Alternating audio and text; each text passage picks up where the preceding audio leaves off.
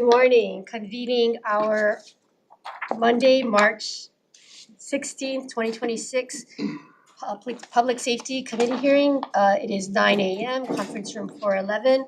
I want to first start off by thanking all of the staff, our chief clerk staff, our technical staff, our vice chair staff, who worked hard over the weekend and did an incredible job in the time of emergency to reschedule this hearing. This is not normal. We don't typically have hearings on Mondays, and so this was an incredible effort by all of our staff who did some tremendous work even as the state was being bombarded by rain and flooding. So I just want to acknowledge that.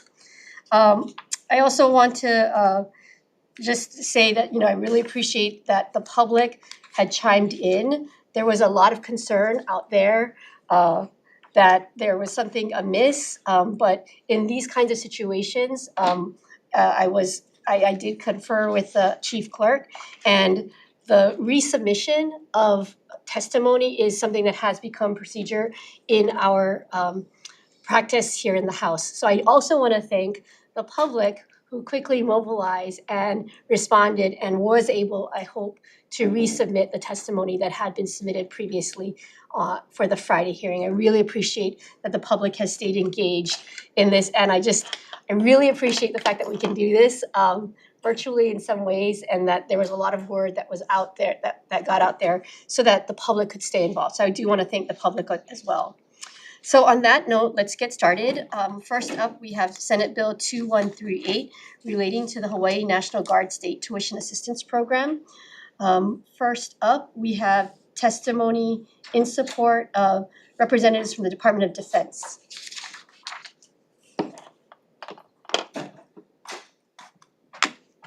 Good morning, Chair Galati, Vice Chair Komodo, and members of this committee.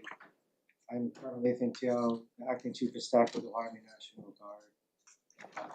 We stand by this bill, support it, and our testimony, and stand ready to answer any questions that you may have. Thank you. The process is we'll have testifiers testify first, and then we'll answer questions following all testimony. We have testimony in support from the Hawaii Army National Guard. Anyone in that? Okay. Testimony in support from the Hawaii Military Affairs Council. All right, we have testimony in support from Deborah Halbert, Vice President of University of Hawaii, and testimony via Zoom by Mike Goliu Sr. Is Ms. Halbert on Zoom? I'm sorry. Aloha, Chair. Farah Marie Gomes, Associate Vice President for Student Affairs at the University of Hawaii System. I'm here testifying on behalf of Vice President Halbert.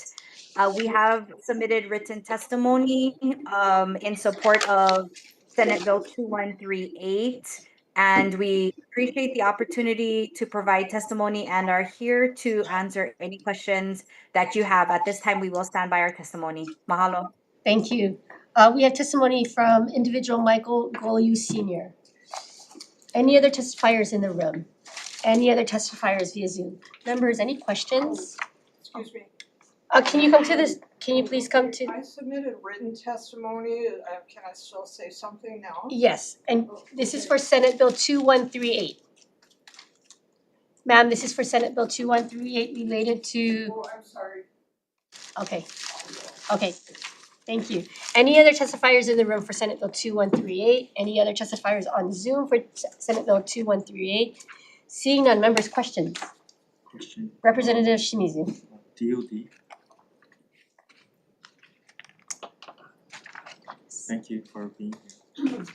This is a companion bill, and in our earlier Public Safety Committee hearing for HB 1750, it came out in the testimony that this bill is already funded and sufficient for the purposes of this bill. Is that still the case? Yes, Okay, funding is still sufficient. thank you. I just wanted to confirm. Thank you. That's all. Thank you.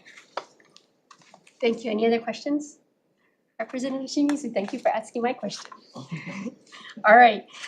Seeing no other questions, moving on to Senate Bill 3110. This is clarifying relating to the Hawaii National Guard, clarifying that employees of the Hawaii National Guard youth and adult educational programs are excluded from collective bargaining, and doing some other kind of just cleanup measures. We have testimony and support from the Department of Defense. Good morning, Chair, Vice Chair, members of the committee. Brigadier General Retired Neil Mitsuyoshi, representing the Adjutant General. The department stands in its testimony and support and is available for any questions you may have. Any other testifiers in the room for Senate Bill 3110? Any other testifiers via Zoom for SB 3110? Seeing none. For the representative from UH, we're gonna be voting on this measure, on the measure that you're testifying on at the end of the hearing. So you don't have to stay on, but if you'd like to, you're welcome to also stay on via Zoom. Okay, moving on. Seeing no other testifiers in the room or on Zoom, members' questions? Question, Chair. Go ahead, Representative Shimizu. Thank you again for being here. Similarly, in the previous public safety on HB 2291, it was stated that this bill is completely federally funded, and I just wanted to confirm is that this is still the case? Yeah, it's there's no funding involved in this bill. This bill is primarily a housekeeping bill. It's gonna do things like align the youth challenge programs federally with the Office of Secretary of Defense.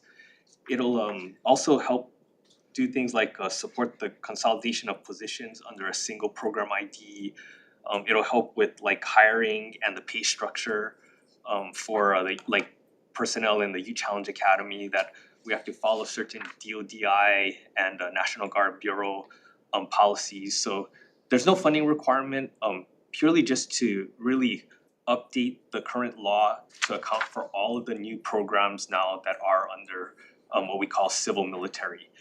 And lastly, it also recodifies the program as CivMil instead of just the Youth Challenge Academy program, because right now we have programs like the About Face program, the Job Challenge program. So there's a lot more programs that are under this particular legislative section, and that's what this bill really does. And then lastly, sorry, one more thing. It also codifies Nakula Alakai as the local name for the program, and that was at the advice of the National Guard Bureau. So National Guard Bureau is trying to localize all of these youth programs in each individual state.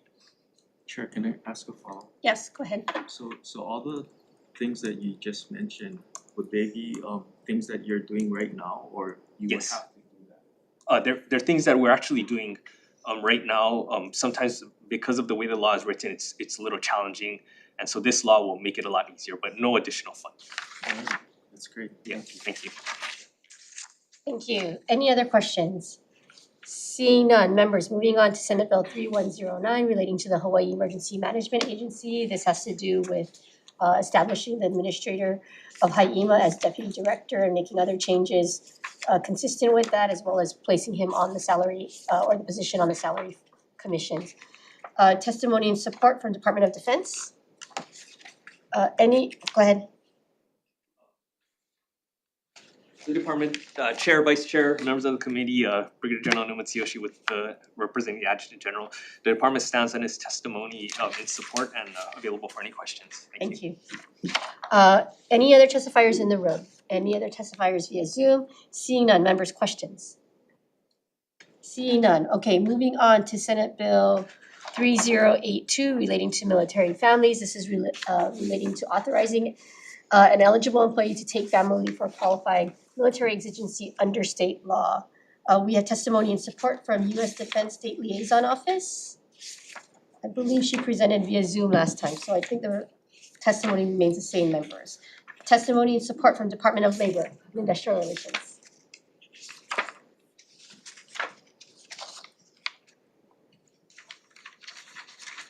Good morning, Chair, Vice Chair, members of the committee. Cheryl Lee on behalf of Director Butai for the Department of Labor and Industrial Relations.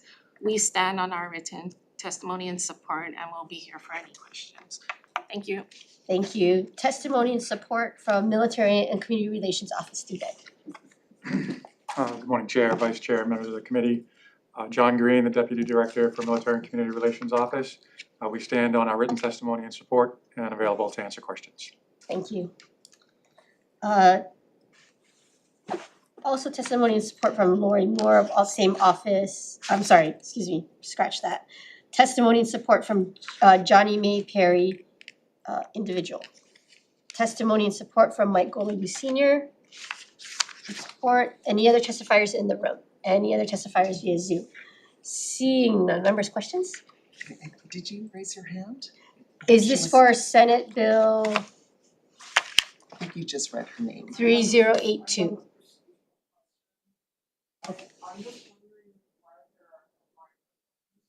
Oh, it's, Sure, thank you. The question is, why are there no microphones in the room? We actually have a new system where there are microphones in the ceilings. So when you come to the podium, you're projected. No other testifiers. Senate Bill 3082. Members, questions? I have a question starting with the Department of Labor. Yeah, hi, thank you. Thank you for your testimony. As you're making your way up here, there's a paid family medical leave bill that's moving. Would that encompass these particular family members to take leave? That I'm not quite sure. I'm not too sure. Okay. But if it relates to just family leave itself, I believe what we enforce would include this. Right. So it might be a Yes, part I of it. think, okay, thank you, I think it is. And then from, Chair, may I ask a follow-up Sure. question from the military representative? Military and Community Relations Office? Yes, Okay. thank you so much for your testimony here on this bill.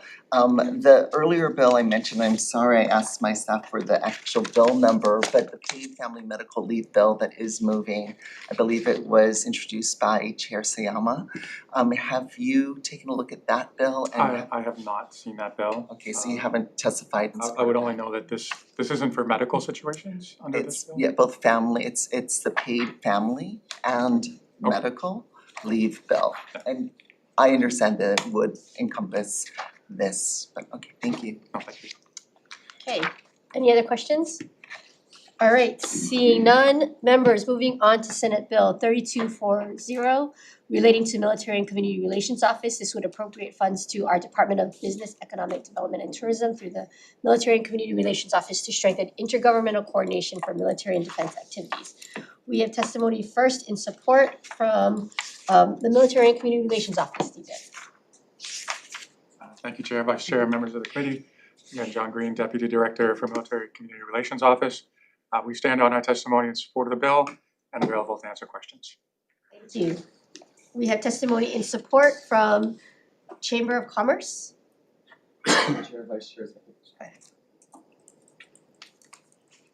Hello, Chair, Vice Chair, members of the committee. Julian Kiabo on behalf of the Chamber of Commerce Hawaii, and we stand on our written testimony in support. Thank you. Thank you. We have testimony in support from Hawaii Island Chamber of Commerce. Testimony in support from Hawaii Military Affairs Council. Testimony in support from individual Leimomi Khan. Testimony in opposition, in person from Ho'opai Pono Peace Project. Or via Zoom, no. Testimony in opposition, Chamber of Sustainable Commerce. Here. Go ahead, Ms. Anisazian. Anasazian. Anisazian, thank you. Aloha, Chair Belatti, Vice Chair Iwamoto, and members of the committee. My name's Tanya Anasazian. I'm testifying on behalf of the Chamber of Sustainable Commerce in opposition. Every generation asks the same question: what kind of future are we building for our keiki? And that's the question today. We recognize that constructive dialogue between military and civilian sectors is important, but Hawaii's economic future should be community-directed and built on a diversity of industries, strengthening long-term resilience rather than relying on any single sector. To understand why this bill is really concerning, we need to unpack the role of DBED. It's the central hub of Hawaii's economic future. It's not a small administrative agency. Under DBED sits agencies responsible for statewide energy policy, land use classification, redevelopment, On and on, aerospace. So if we follow the money, we see that DBED is an agency that influences land, energy, water, housing, and economic development. It could help, this department could help Hawaii build a diverse and resilient regenerative economy, but the bill is going in an about face, and it goes really far. Hawaii's defense economy is already enormous. Directs funding, this bill is going to direct funding towards programs involving K through 12 students, introducing defense-related partnerships and pathways into our public school system under the umbrella of workforce development. But our keiki are not in school to be trained as a workforce pipeline for a world hell-bent on war. Education should nurture curiosity, creativity, civic understanding, helping young people to explore the full spectrum of possibilities for Hawaii's future and their own. Education should open worlds for young people and not narrow them. Furthermore, when military and defense institutions' communication strategies become embedded in programs for our keiki, they don't just provide funding for schools, they introduce an entire worldview. A worldview that frames Hawaii's future and theirs primarily through U.S. military and defense priorities. And that's social programming. That's not organic economic development based on communities' desires, needs, and inspiration. So the question before you, members of this committee, is: should we institutionalize deeper military dependence inside the very department responsible for shaping Hawaii's economic future and extend that influence into our schools? Spoiler: the answer is no. Thank you. Thank you, Ms. Arne Sazian. Thank you. We have testimony in opposition from Sierra Club of Hawaii via Zoom. We have testimony in opposition from Dave Mullinex, Greenpeace Hawaii via Zoom. Good morning. Good morning. Thank you very much. Yes, we are in great concern about this bill. We are totally and completely against it. The U.S. military, I guess the great concern here is just that our country is sliding towards fascism, and it's getting more and more obvious.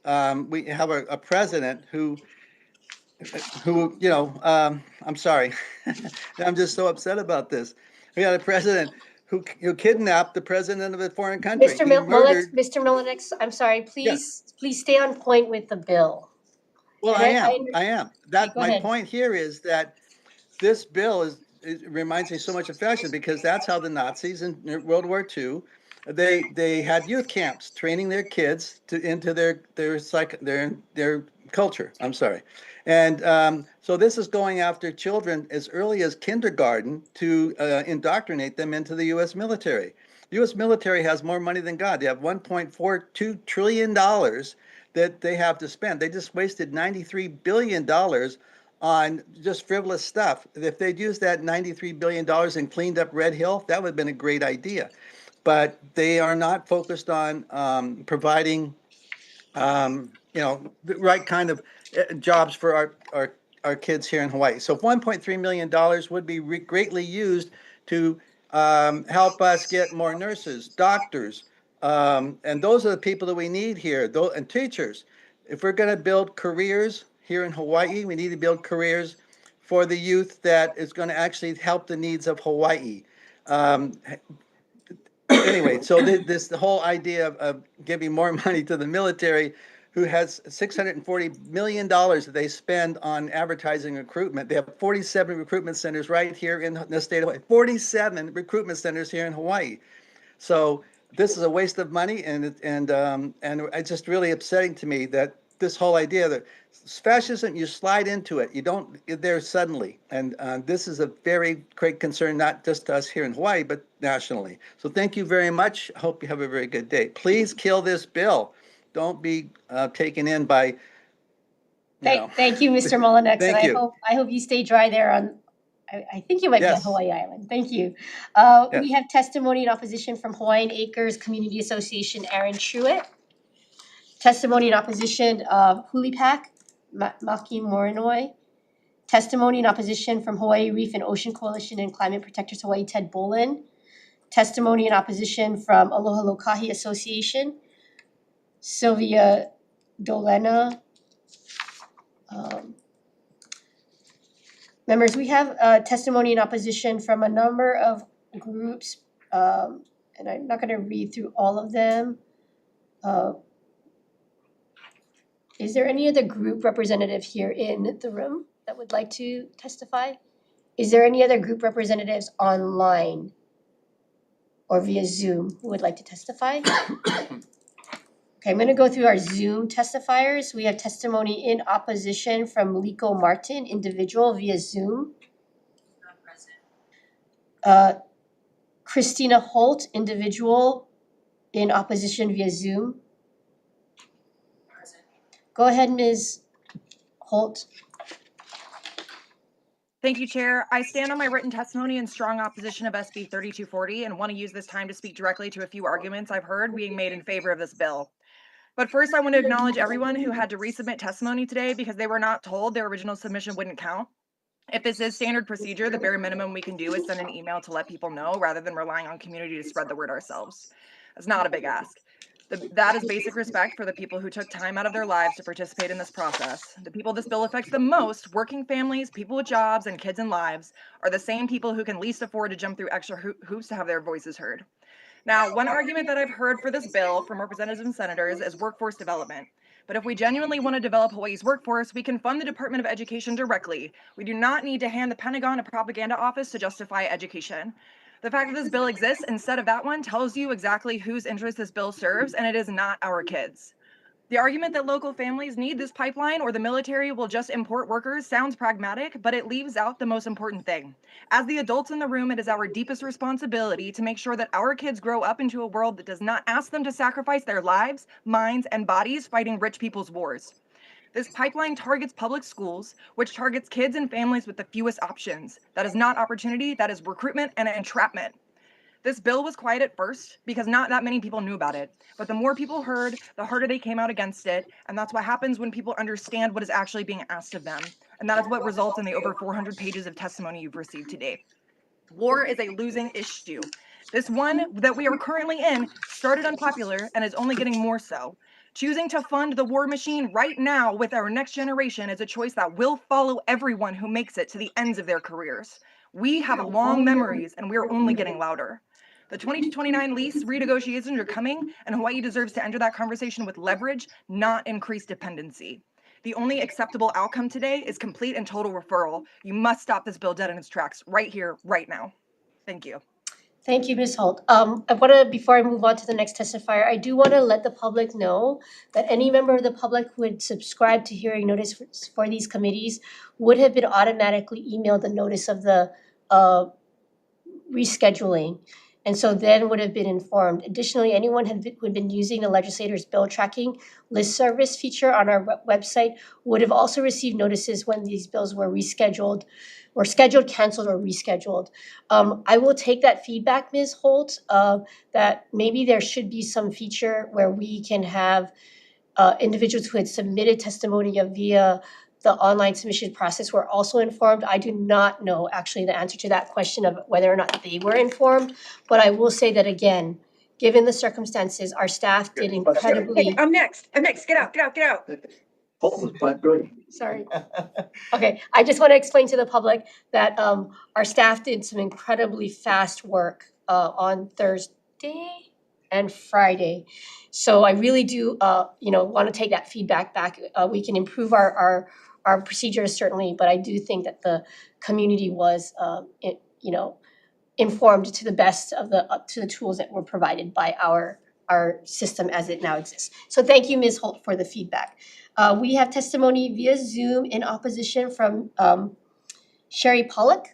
Go ahead, Sherry, Ms. Pollock. Okay, can you hear me? We can hear you. Go ahead. Yeah. Sorry, we're just a little bit agitated over here. I'm just very grateful to have internet and electricity at this point to be able to even provide this testimony. So that's just a little bit of context. So apologies for being a little bit stressed out here. But let me just provide my testimony and do want to wish everyone aloha to the chair, the vice chair, and members of the committee. My name is Sherry Pollock, and I'm in strong opposition to this measure. To be clear, SB 3240 is the type of measure I would expect from a warmonger president, and it does not represent the values of our state. Moreover, the military does not need more money. They already have $1.42 trillion in budgetary resources.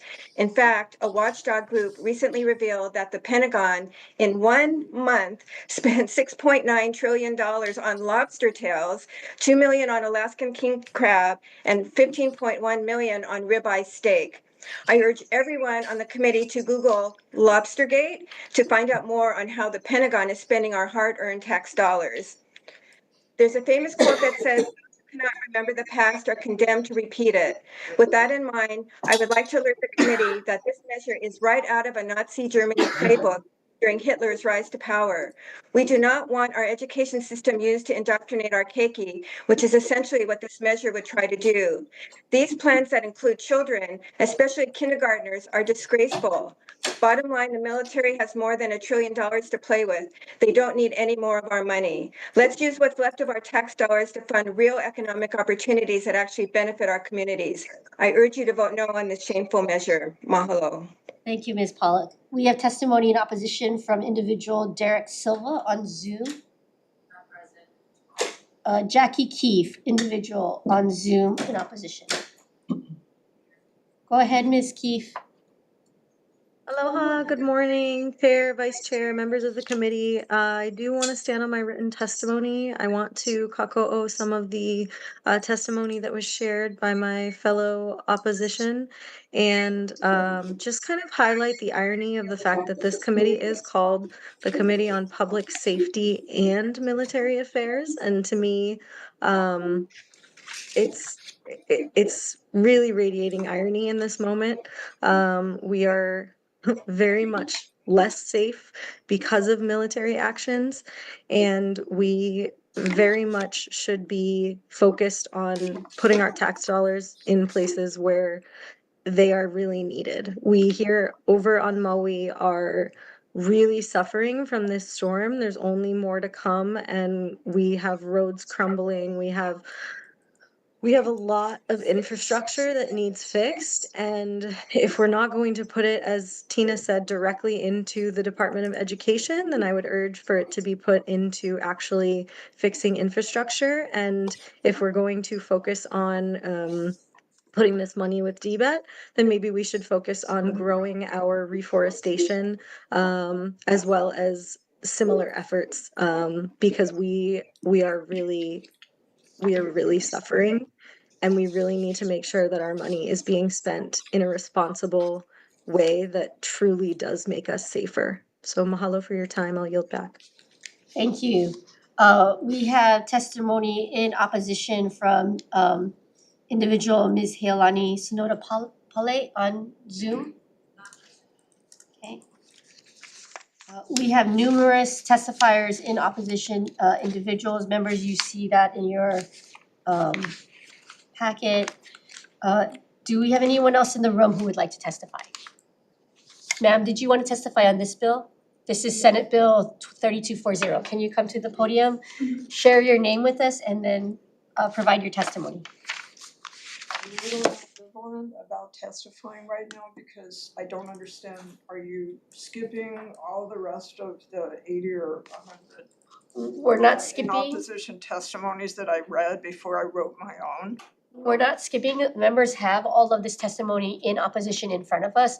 I'm saving time by not reading all of the names, but we have had it, we do have it, and we do acknowledge it. And so I want to offer testimony, the opportunity to testify to anyone else. I'd just like to respectfully ask you, Chair, have you already been listed and called everybody who's waiting online to testify out of those over 100 in opposition that wrote testimony? I'm going to, after you testify, then I will ask for anyone else who's on Zoom to testify. Okay, thank you very much.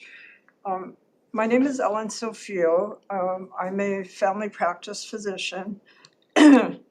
I worked for 17 years at Kalihi Palama Health Center, a federally qualified community health center.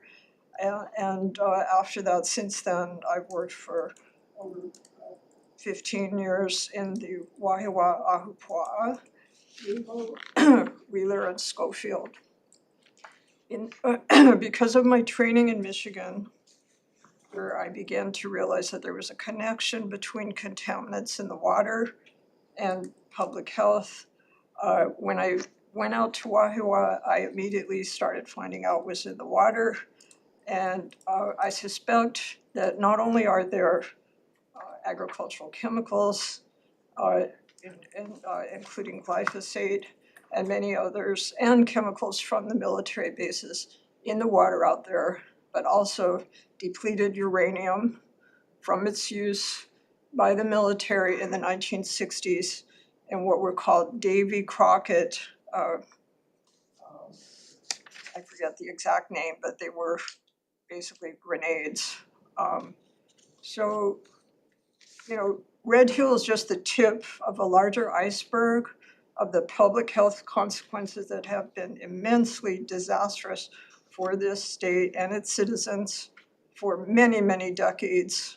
And the state has turned a blind eye out of deference to the military and the other powers that be, the Big Five, et cetera. So I sent my son to public school. I hope that my grandchildren, if I have any, go to public school.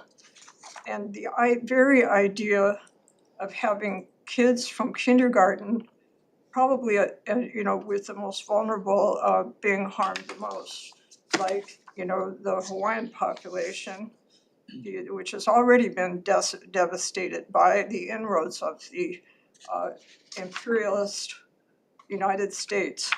From the time of the genocide of the Native Americans, starting in the 1700s, this country has been about killing indigenous people. Now it's happening all over the globe with much more sophisticated technology than scalping Native Americans, which was what was happening back then. So I am vehemently opposed to this bill that would hold kindergartners through 12th graders hostage in our public, taxpayer-funded public schools to be brainwashed and encouraged to sacrifice their lives in overseas wars, to decimate other Native peoples, like the people of Gaza have recently been annihilated. And at the hands of the US, not just Israel, but at the hands of our US tax dollars. And now we see the same thing happening in Iran. So the very idea in the so-called Aloha state of holding our children hostage to be brainwashed and encouraged otherwise, if they don't enlist and actually potentially sacrifice their lives, to become part of an arms manufacturing industry here in the Aloha state is just beyond belief. And I would just like to respectfully say to the members of this committee who may be conditioned, actually conditioned, to just rubber stamp whatever the military wants, I hope that's not the case, and I hope that you will decisively get rid of this bill. And you know, that's all I have to say. Thank you. Thank you for sharing your testimony. Any other testifiers in the room? Any testifiers via Zoom? Can you please identify yourself and share your name and your testimony? Aloha, Aria Julia Castillo, testifying on my personal capacity, strong opposition to SB 3240. The U.S. Department of War has $1.42 trillion allocated in resources. It's the most well-funded Department of War in U.S. history. While Hawaii faces devastating cuts to Medicaid and SNAP, along with historically underfunding public education, this bill proposes spending over $1 million in taxpayer dollars to coordinate with the Department of War. The U.S. says that Hawaii has a strategic location that is vital to the military. Their decades-long presence is already prevalent, extractive, and harmful. We should not be paying to court them. We should be doing everything we can to downsize the footprint and remediate the harm and reduce further damage. The Department of War looks attractive primarily because the state has failed to invest in alternatives. Clean transportation, energy, food sovereignty, education, climate resilience, local workforce development. This is where our $1 million belongs, more than $1 million. Equally alarming, this bill facilitation of military outreach into K-12 classrooms. If we want our schools to be teaching values, we should be funding partnerships with institutions like Spark Matsunaga Institute for Peace, not a pipeline to the Department of War. It is disappointing that this bill received a priority hearing when other measures with clear public safety and accountability implications, like HB 2048, which would require cleanup and legislative oversight for military lands, HB 1916, which would prohibit live fire training on public land trust, and HB 2527, which would repeal federal condemnation protections, were not given a hearing in the same committee. These measures directly address community safety. Providing them the opportunity for full consideration would have helped ensure policies affecting military activities in Hawaii are not evaluated through the lens of public safety and protection of our communities. Please defer SB 3240. Thank you, Ms. Castillo. Any other testifiers via Zoom? Seeing none, and no other testifiers in the room, members, questions? I have a question. Go ahead, Representative Shimizu. Macro. Thanks. Yes. You're macro, right? Yes, sir. John Green, Deputy Director, Military Community Relations Office. John. Yes.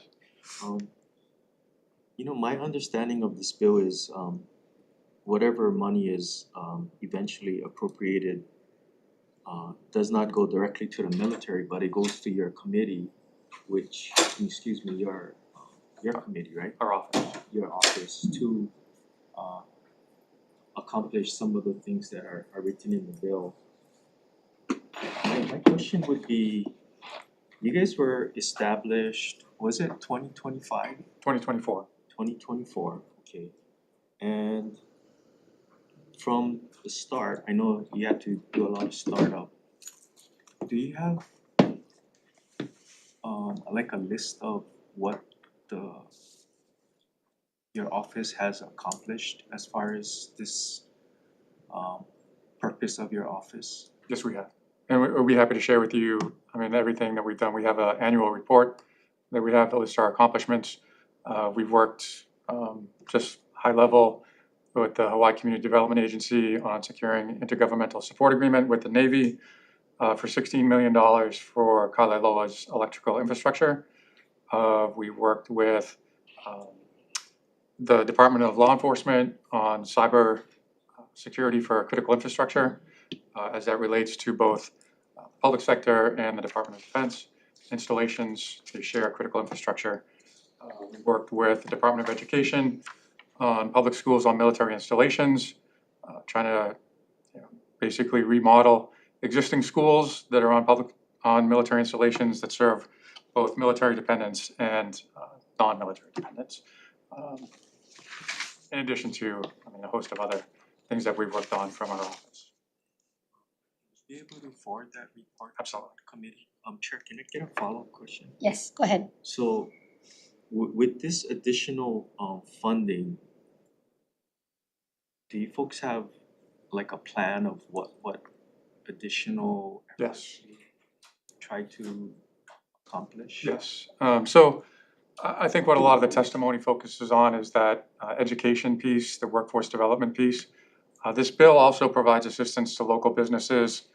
The Department of Defense recently came out with what's called the Cybersecurity Maturity Model Certification, CMMC acronym for short, which basically requires all of their defense contractors, subcontractors to obtain a certain level of certification to continue to work for the Department of Defense or prime contractor. So part of this bill will be to help local small businesses either obtain or maintain that certification. We would also promote business development within the defense sector. From 2023, we had $3.9 billion from defense contracts in our state.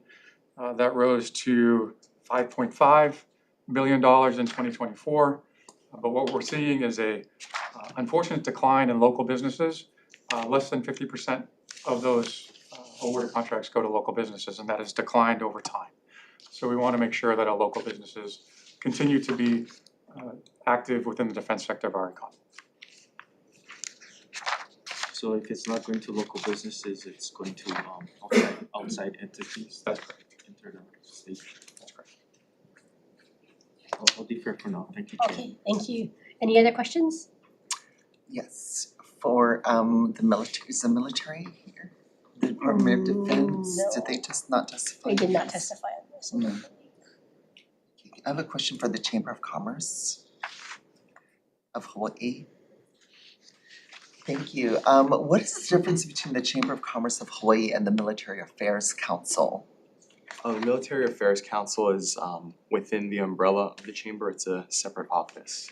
Okay, and you guys also represent, so I'm just trying to understand what the difference is between the Military Affairs Council. Are you representing them here as well? I'm representing the Chamber of Commerce, Hawaii. Okay. Yes. But we do, yes, it is. Okay. I'm not speaking on behalf of the Military Affairs Council, but they are within our organization. Okay, from your perspective, I guess as an umbrella organization, what is the difference between, there seems to be a lot of overlap between what macro and the MAC does. Can you identify a key difference between what they do? Yes, so I would agree that there is a lot of similarity between some of the workforce development kind of work that they do, but as the macro has stated, there is an emphasis on their side as far as some other infrastructural improvements and more community relations related work. Okay, thank you. Thank you. And then macro. Okay, Mr. Green? Yes. Thank you so much, sorry. I'm getting confused about macro. So you're asking for state taxpayer dollars to fund your office, even though we heard so much testimony talking about the over $1 trillion budget of the Department of Defense that could be used. Also, having been on the Board of Education, I understand that what was then the Department of Defense impact aid funding has always come in way under the amount that we should be getting according to many calculations. So we're already being shortchanged. I feel like the state taxpayers are already being shortchanged and are already carrying the burden of paying for the education of a lot of military dependents. And here we are asking yet more from the Hawaii taxpayer to fund federal work. What do we say to the Hawaii taxpayer who's already feeling overburdened by this financial responsibility that is not being reimbursed by the feds regarding student impact aid, and then you guys coming back, and not you guys, but the feds asking to fund more of what they kind of do? Right, I think, to your point about federal funding going towards federal impact aid, which isn't just the Department of Defense, it's all federal employees who take part in the impact aid. From the defense sector, or from the Department of Defense looks at, there is the Public Schools on Military Installations program, which funds the renovation of existing public schools that serve both military dependents and non-military dependents. And they have contributed over, close to $500 million on the renovation of public schools that serve our students. I can't speak directly to federal impact aid. That's more Department of Education type of situation as far as how they send out the surveys for their students and work with the Federal Department of Education for those funds. Are you also aware that the Hawaii State Department of Education, when we allocate the money, they pay, it's my understanding from being on the Board of Education, that they pay for half the salaries of all of the ROTC program administrators in all the public high schools? Okay, thanks. Any other questions? I have a question. Okay, of who? Macro. Yes, sir. I guess that concern about the education aspect of this bill is of great concern to many people. Was your office involved? Sorry. Was your office involved with the introducer regarding the education aspect of this bill? We weren't necessarily intimately involved with it, and I think when we look at I certainly respect all the testimony in opposition. If we were to offer any kind of amended language, it wouldn't be from K through 12. It would be probably more from junior high school through 12, and it would focus on not recruitment. We are not recruiting for the Department of Defense. recruiting for the components of the military. What we're trying to do is identify areas where there's, there may be a nexus to working with the military, whether it's trades, STEM, cyber, but there's also opportunities outside of the military to help our state and just create an educated workforce, whether they work for the Department of Defense or not. Chair, can I have one last question? Go ahead.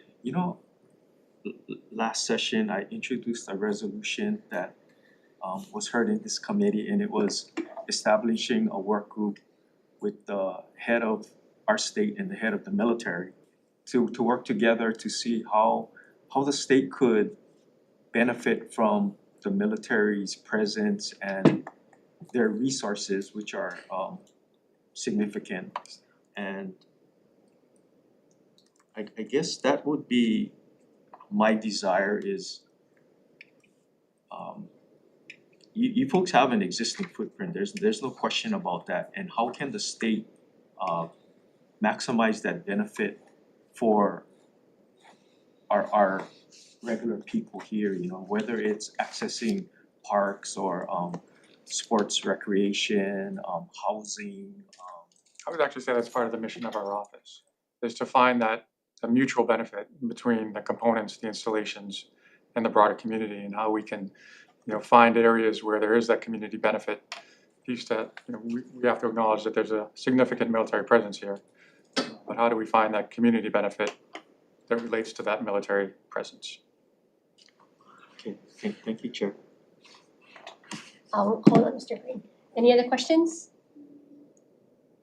Okay, Mr. Green, I have a question because yes, I'm listening and looking at the testimony carefully, really honing in on the issues or the concern about kindergarten through 12. So if this bill were to move forward, you've already stated that you're amenable to language that would kind of curtail that and move it from junior high school through 12. But what kind of workforce development programs is your office envisioning that is happening at that level?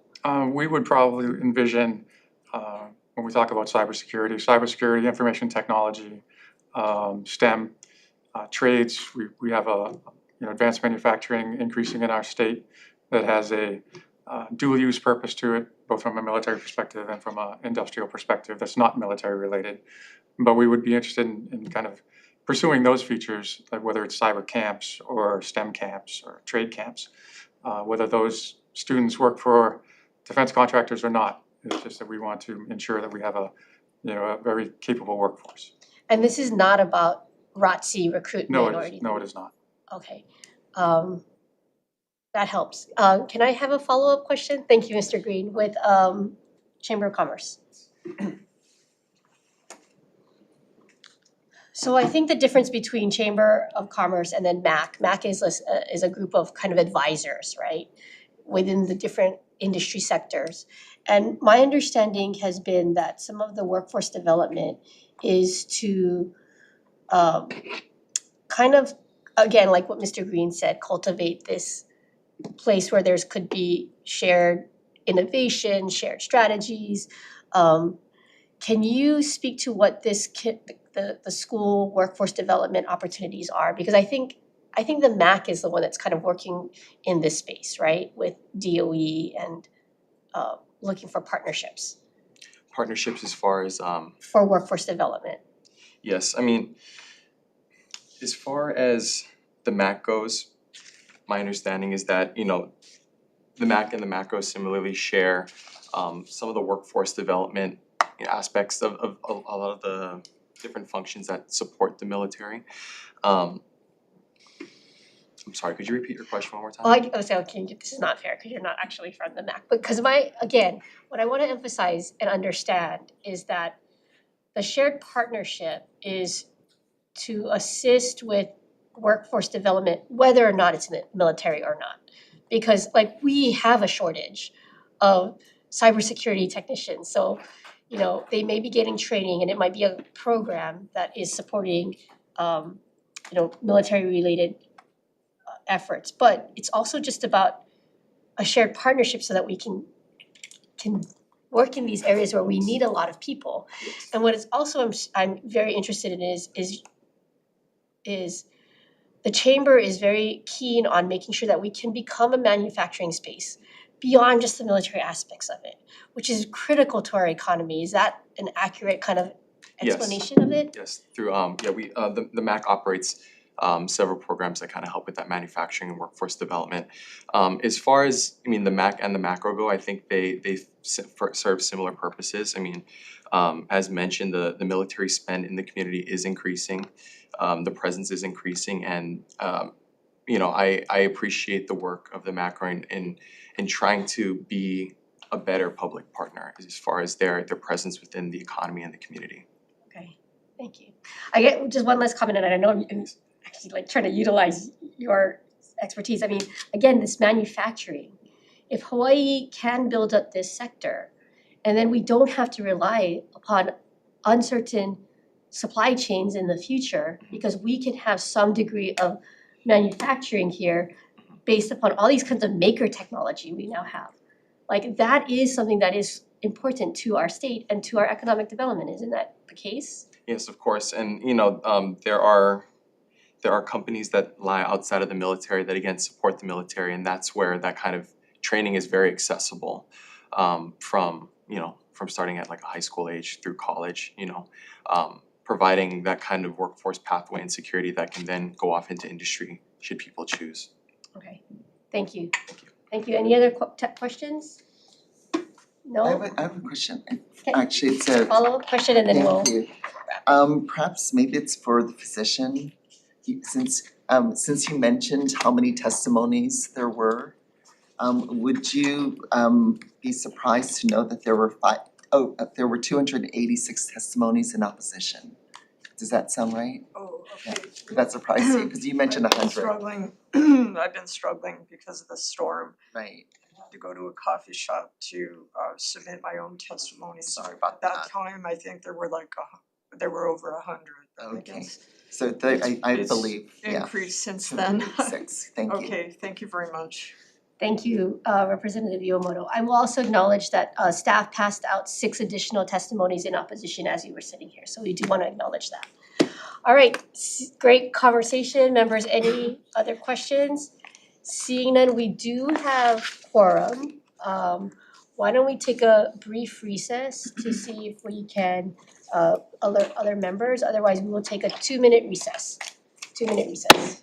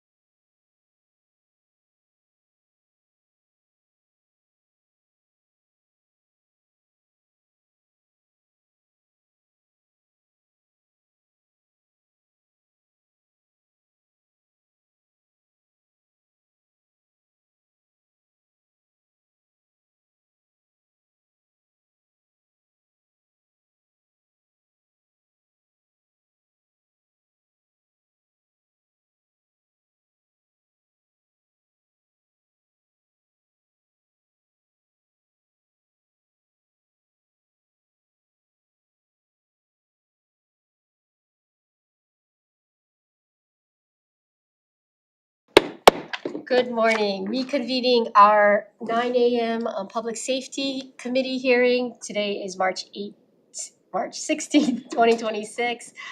First up, Senate Bill 2138. Members, this is relating to the Hawaii National Guard State Tuition Assistance Program.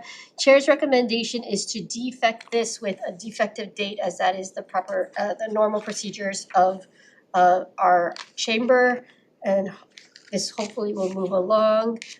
This is a triple referral, so let's get this out, members. Members, any questions, comments, or concerns? Vice Chair for the vote. Voting on SB 3138, Chair's recommendation is to pass with amendments. Chair and Vice Chair vote aye. Representative Hashem? Aye. Representative Ichiyama is excused. Representative Morikawa? Aye. Representative Poipoi? Aye. Representative Woodson? Aye. Representative Shimizu? Aye. Representative Souza? Aye. Chair, your recommendation is adopted. Okay, Representative Shimizu, could you just speak up a little? Your voice tends to be softer. We're getting some feedback, but you're a little bit soft, so when you speak, just speak up. Okay, thank you. Next up, we have Senate Bill 3110 relating to the Hawaii National Guard. Chair's recommendation is to pass this with a HD1 with a defective date and technical amendments needed for clarity, consistency, and style. Members, any questions, comments, or concerns? Seeing none, Vice Chair for the vote. Voting on SB 3110 SD1, Chair's recommendation is to pass with amendments. Noting the excused absence of Representative Ichiyama, are there any members voting no? Any members voting with reservations? Seeing none, Chair, your recommendation is adopted. Thank you. On Senate Bill 3109 relating to the Hawaii Emergency Management Agency, members, this does contain a defective date, but to make it an HD1 so we can make sure it doesn't go all the way through with a defective date in continuation, I'm going to further defect the date to July 1st, 3000. And so if this bill continues to move further, we know that we need to continue to work on this in conference. Any questions, comments, or concerns? Seeing none, Vice Chair for the vote. Voting on SB 3109 SD1, Chair's recommendation is to pass with amendments. Noting the excused absence of Representative Ichiyama, are there any members wishing to vote no? Any members wishing to vote with reservations? Seeing none, Chair, your recommendation is adopted. Thank you. Members, on Senate Bill 3082, this is relating to military families and the leave question. Chair's recommendation is to, again, do an HD1, defecting the date to January 1st, 3000, so that we know that as this moves forward, this has to go to conference and we don't push it out with a further defective date. Okay? Comments, questions, or concerns? Seeing Chair, none. I have a question. I have a comment. Yes.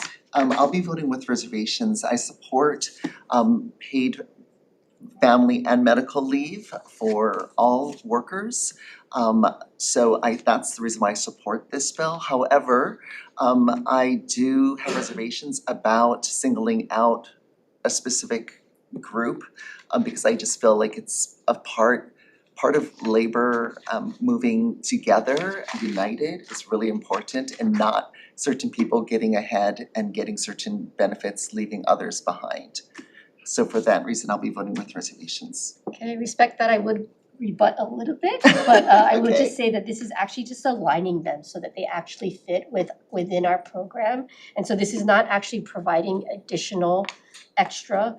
And in fact, I actually think now including the language of qualifying military exigency, given the state of affairs, this actually might be a really, really important thing to do to protect our families and ensure that they do actually have the leave that they're going to need as the world continues to turn. So with that said, I appreciate your comment, Vice Chair, but I will also acknowledge that you can continue to vote with reservations. But go ahead, Vice Chair for the vote. Okay, voting on SB 3082 SD1, Chair's recommendation is to pass with amendments. Noting the excused absence of Representative Ichiyama, Are there any members wishing to vote no? Any members other than myself wishing to vote with reservations? Seeing none, Chair, your recommendation is adopted. Thank you, Vice Chair.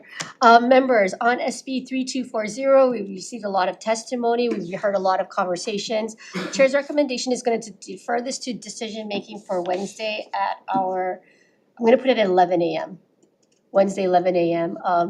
To allow for us to kind of consider the testimony as well as, on all sides. So we will defer for decision-making Wednesday, March 18th at 11 a.m. agenda. Any questions, comments, or concerns? Okay, seeing none. We're adjourned.